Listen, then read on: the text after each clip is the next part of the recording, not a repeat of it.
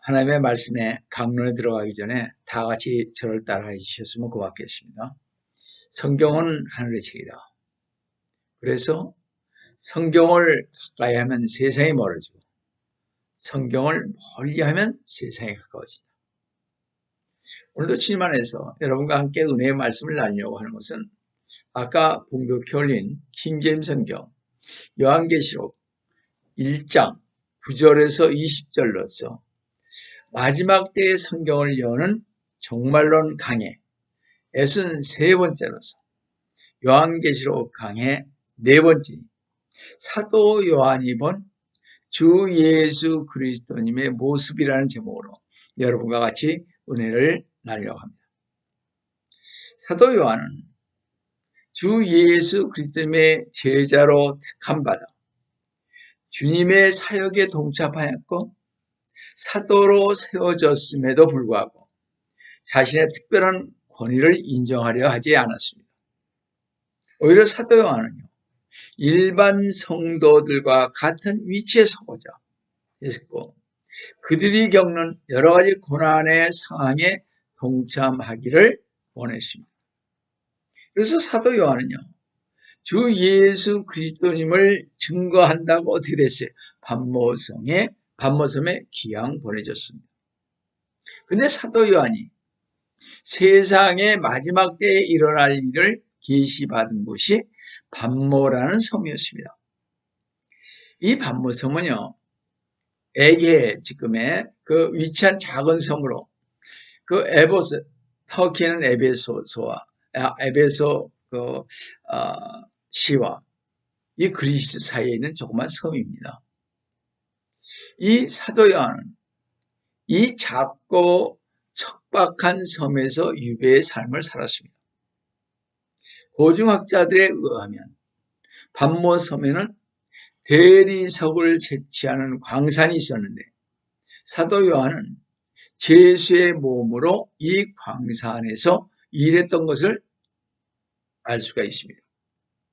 이 사도 요한은 주 예수 그리스도님에 관한 복음과 하나님의 말씀을 강팍한 로마의 권세자들에게 증거하다가 박해를 당하고 반모섬에 유배를 당했던 것입니다. 요한계시록 1장 9절을 보시면 너의 형제이며 환난과 예수 그리스도의 왕국과 인내에 동참하는 자인 나 요한은 하나님의 말씀과 예수 그리스도의 증거로 인하여 반모라고 하는 섬에 있었느니라. 사도 요한은 성도들에게 자신을 모든 환난과 예수 그리스도의 왕국과 인내에 동참하는 자라고 말했습니다. 사도 요한은 자기가 반모섬에 유배당한 것은 하나님의 말씀과 예수 그리스도님을 증거했고 미래를 말했기 때문이라고 말하고 있습니다. 여러분도 사도 요한처럼 하나님의 말씀과 미래를 말한다면 고난과 박해를 당하게 될 것입니다. 디모데후서 3장 1, 2절에서 실로 그리스도 예수 안에서 경건하게 살고자 하는 모든 사람은 박해를 받을 것이라고 했듯이 주 예수 그리스도님을 위해 숱한 고난을 겪은 그 시대의 어느 성도들과 마찬가지로 사도 요한도 고난을 당했던 것입니다. 그러나 사도 요한은 반모섬의 유배 생활을 통해서 오히려 최고의 축복을 주님으로부터 받았죠. 주님은 반모섬에서 죄인의 삶을 살고 있는 사도 요한에게 인류의 종말에 대한 미래를 계시해 주셨습니다. 사도 요한은 하나님께서 보여주신 이 계시의 서술을 하시기 전에 계시가 임할 정황을 이렇게 언급하기 시작을 했습니다. 계시록 1장 10절을 보시면 내가 주의 날에 성령 안에 있었으며 나팔 소리 같은 큰 음성을 내 뒤에서 들었는데 사도 요한은 계시가 임한 것이 주의 날이라고 언급했는데 이 날은 일반적으로 목사나 신학자들이 주장하는 주일, 즉 일요일인 주의 첫날은 아닌 것입니다. 따라서 주의 날은 야곱의 고난의 때인 대환란의 때인 것입니다. 더 자세하게 말하면 휴거 후부터 주의 날은 시작되는데 하늘과 땅이 불타버리는 백포자 심판까지를 말한다고 할 수가 있겠습니다. 다시 베드로후서 3장 10절을 보시면요. 그러나 주의 날이 그랬습니다. 밤에 도둑같이 오리니 그날에는 하늘들이 굉장한 소리를 내며 사라지고 우주의 구성 요소들이 맹렬한 불로 녹아내리며 땅과 그 안에 있는 일들이 타버릴 것이라 했으며 그날은 에레미야 30장 7절에서 슬프도다 그날이 크므로 어느 때도 그와 같지 않나니 그날은 야곱의 고난의 때라. 그러나 그는 그 고난에서 구원을 받으라고 한 것을 보아 주의 날은 대환란 때인 것을 알 수가 있습니다. 근데 사도 요한이요.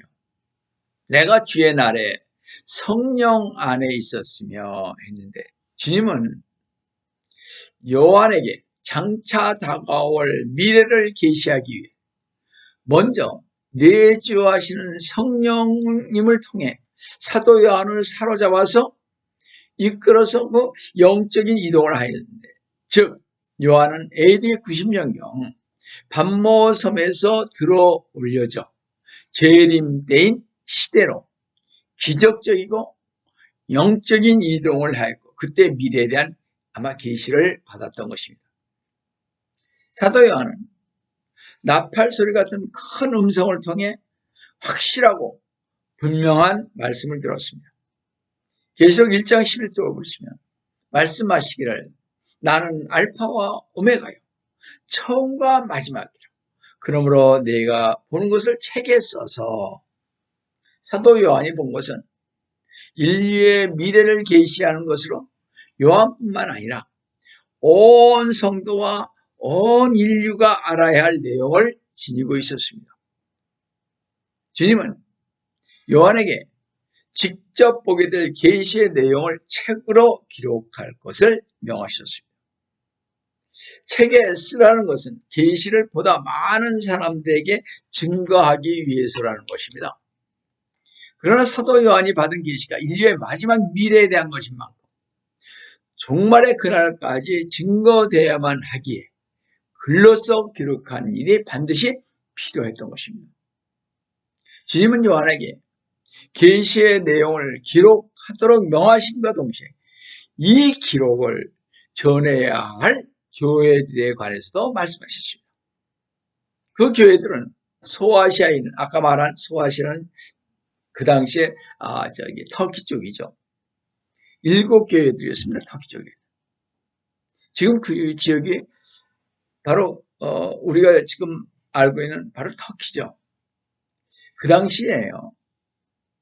교회만도 약 700교회가 있었는데 왜 주님께서는 7교회만 택했느냐 하는 것입니다.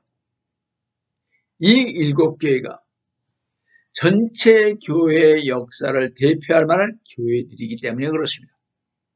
이 7교회는요. 온 세대를 통해서 전형적인 교회의 문제점들을 가지고 있었습니다. 그럴 뿐만 아니라 이 7교회는 각기 다른 이름과 뜻을 갖고 있는데 각 이름마다 교회사의 일정한 기간을 나타냅니다.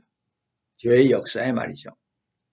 다시 말씀드려서 7교회를 보면 요한계시록 2장에서 3장에 나타난 순서가 주 예수 그리스도님 때부터 이 세상에서 진정한 교회가 없어질 때까지이며 전체적으로 몇 세기를 지나오면서 교회의 변화된 조건에 꼭 맞기 때문입니다. 물론 사도 요한이 살던 사람들은 그것을 알지 못했습니다.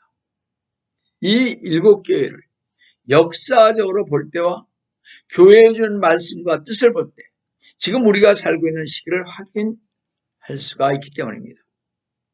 요한계시록 2장 3장에서 자세히 다음 설교에 보기로 하고, 오늘은 7교회의 시기와 뜻을 살펴보겠습니다. 첫째, 에베소 교회인데요.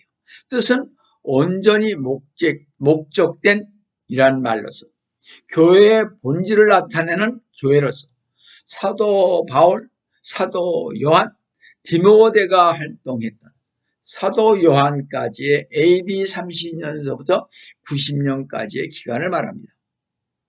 둘째, 서문화 교회에서 몰약이라는 뜻으로서 죽음을 말하는데 AD 90년서부터 325년을 가리키고 있습니다. 셋째, 버가모 교회는 숱한 결혼이라는 뜻으로서 이 시대에요, 로마 카톨릭의 이방 잡신들이 교회에 들어오게 되었으며 AD 325년부터 500년까지를 말하고 있습니다. 넷째, 두아디아 교회는 고통의 향기라는 뜻으로서 암흑시기로서요, AD 500년에서 1000년을 가리키며, 다섯째 교회인 사대 교회는 붉은 자들이라는 뜻으로 유럽에서 약 5,700만이 죽은 때인데 AD 1000년에서 1500년의 기간을 가리킵니다. 그때 이 카톨릭을 믿지 않고 이상한 것을 믿는다고 해가지고 그리스천들을 많이 죽였던, 약 5,700만을 죽였습니다. 다섯째 사대교회는요, 여섯째 필라델피아 교회는 형제의 사랑이라는 뜻으로서 선교시대가 열리고 종교개혁 시대인 AD 1500년부터 1600년까지를 가리키고 있습니다. 바로 이 필라델피아 교회 때부터 선교의 문이 열리기 시작을 했죠. 그때부터 선교를 시작을 했습니다. 일곱째, 라오디게아 교회는요, 시민의 권리, 민주주의란 뜻으로서 AD 1900년부터 주님의 재림까지인데, 하나님은 아무 권리가 없고 사람들의 권리만 중요시하는 시대로서 지금의 마지막 교회 시대를 말하고 있는 것입니다. 사도 요한에게 이 7교회를 통해 역사 속에 함께하는 모든 교회들에게 계시록을 전하라는 것입니다. 그러므로 지금 모든 교회와 성도들은 사도 요한을 통하여 주신 이 계시록을 읽고 배우고 그 뜻을 잘 깨달아서 말세의 사명을 다하는 교회가 되어야 한다는 것입니다. 우리가 잘 알다시피 7이란 숫자는 히브리어로 맹세한다는 뜻이었죠. 이 완전시인 이 7수는 전 세계의 모든 교회를 포함한다는 것을 알아야 할 것입니다.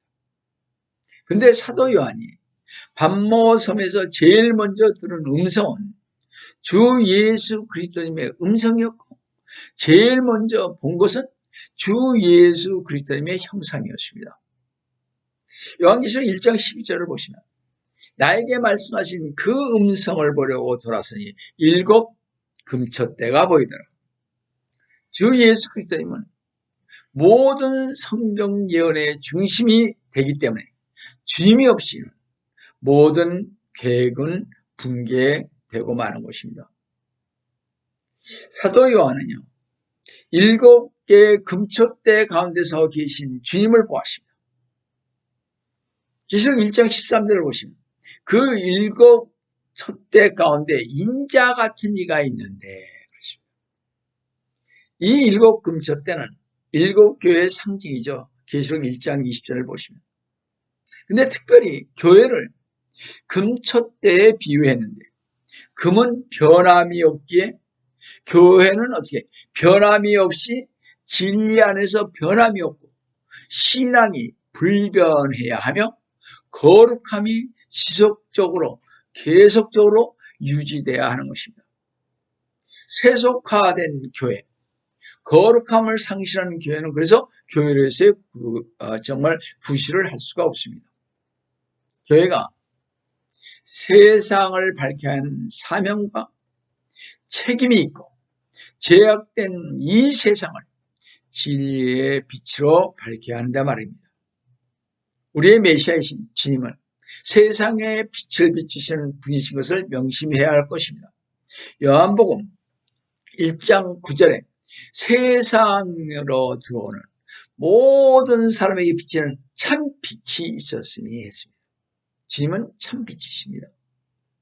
주님께서는 핏값으로 산 교회가 죄악으로 어두워진 이 세상을 진리이신 주님을 빛으로 밝히라고 말씀하십니다.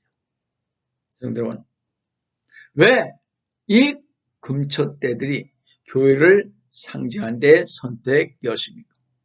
사도 바울은 그 해답을 주는데 에베소서 1장 22절에서 23절을 보시면요. 또 만물은 그의 발 아래 두시고 그를 만물 위에 머리가 되게 하셔서 교회에 주셨느니라. 23절에 교회는 그의 몸이니 만물 안에 모든 것들을 채우시는 분의 충만이니라. 교회는 주님의 몸이라고 가르치고 있습니다.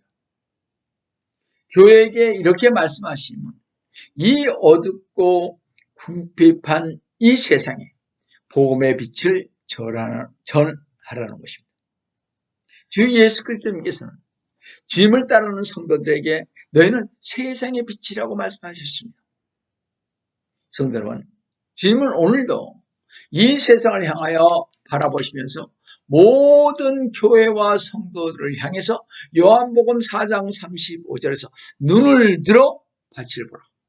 이는 곡식이 추수하도록 이미 하얗게 되었음이라고 말씀하십니다. 이 마지막을 사는 우리 성도 여러분, 그래서 우리는 부지런히 복음을 전해야 합니다.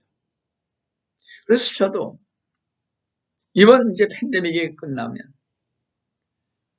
이제 거의 끝나지 않습니까? 그렇죠? 이제 백신도 맞았고 그래서 7월 달서부터 이제 나가서 전도를 다시 시작할까 합니다. 그래서 지금 전도지를 부지런히 만들고 있습니다. 여하튼 사도 요한은 교회의 머리가 되신 주님의 모습을 이렇게 말씀했습니다. 그래서 1장 13절 중반절을 보시면 발까지 닿는 옷을 입고 가슴에는 금으로 만든 띠를 들렀더라. 주님께서는 발까지 닿는 제사장과 금으로 만든 법관의 옷과 같은 긴 옷을 입고 있었습니다.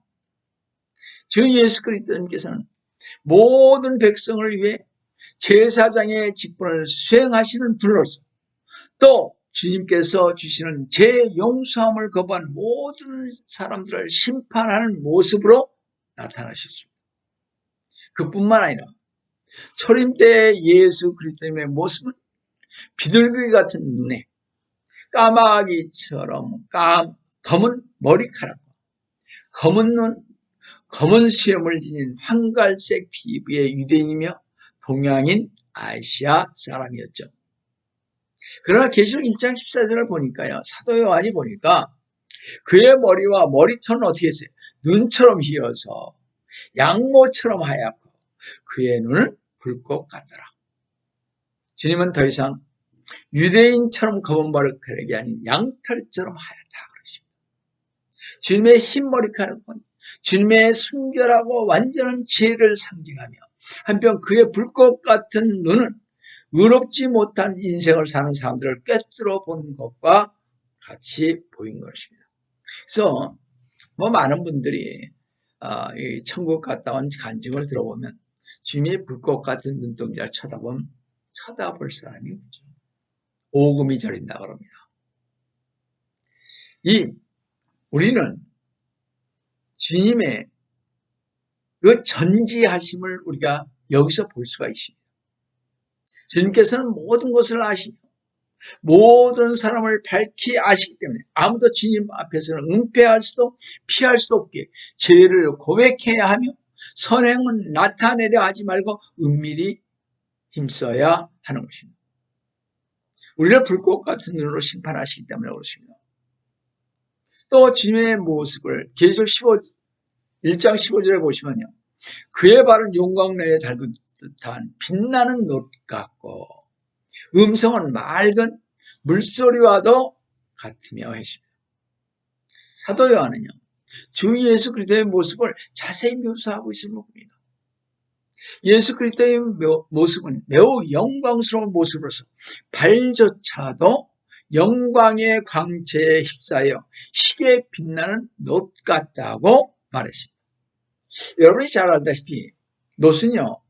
용광로 속에 녹아있을 때도 희게 반짝이는 광채를 지니며 단련의 모든 과정을 거치고 나면 매우 단단하게 굳어집니다. 구약성경에 보면요.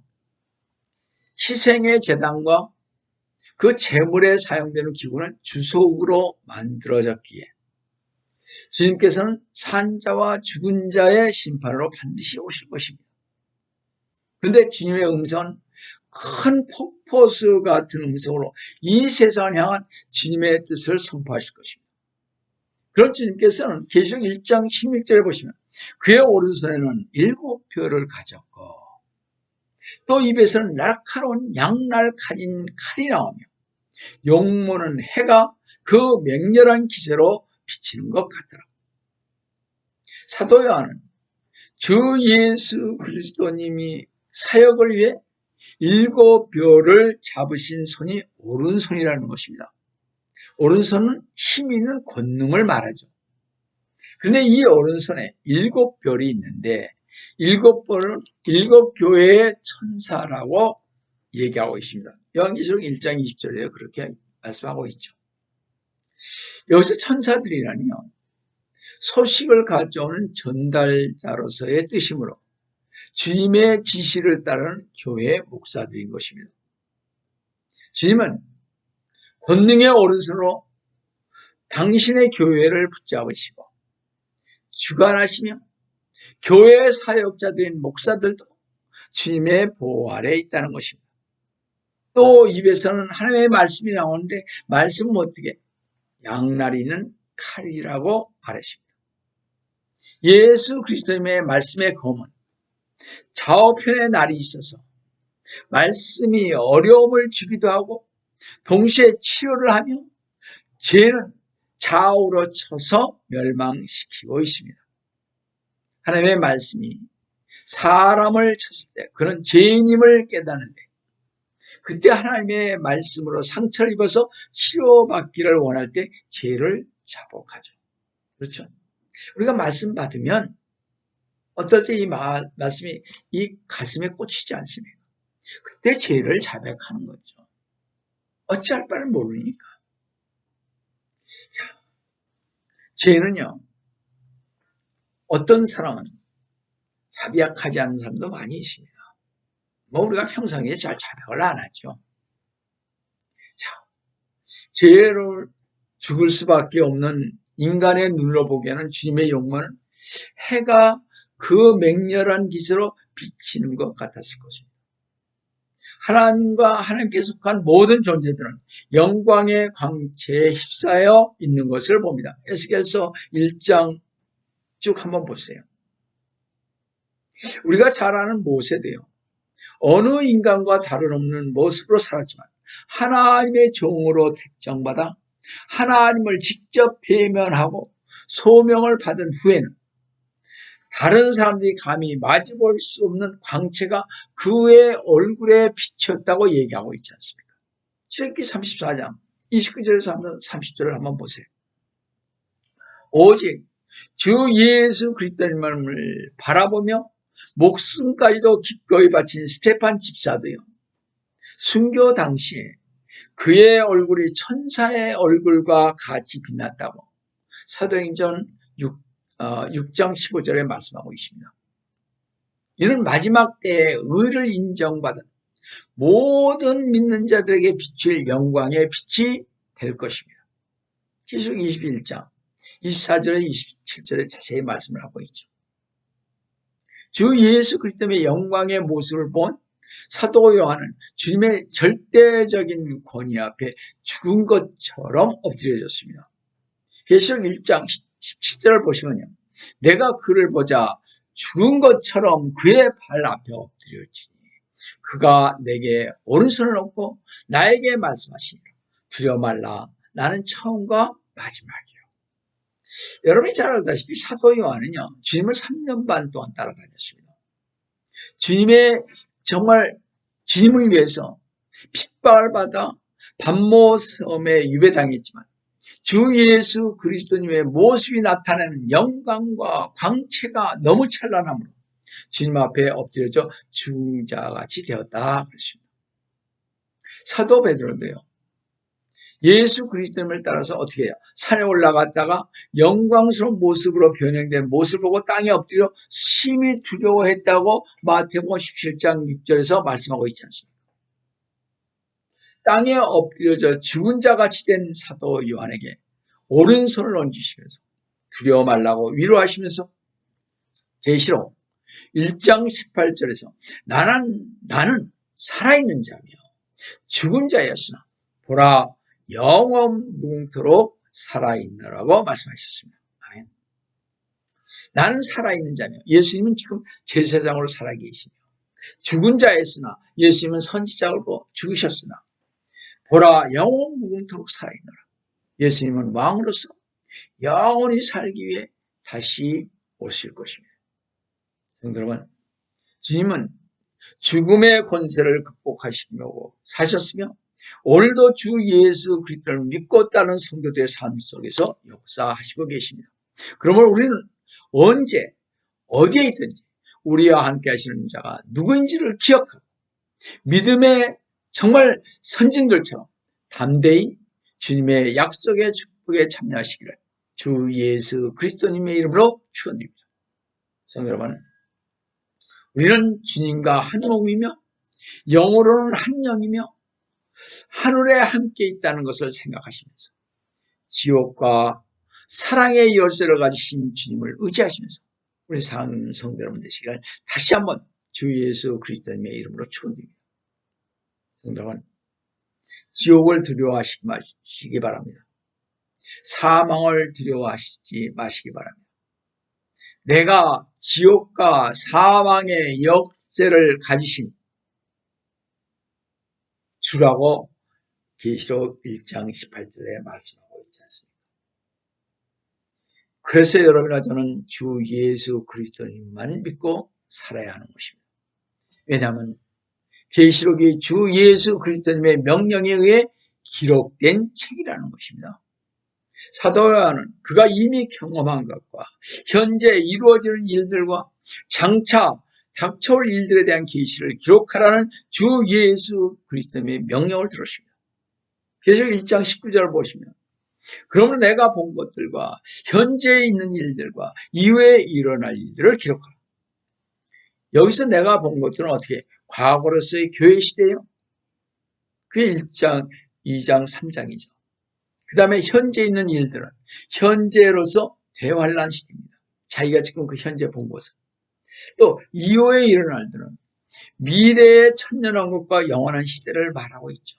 그게 요한계시록 20장에서 22장 아닙니까?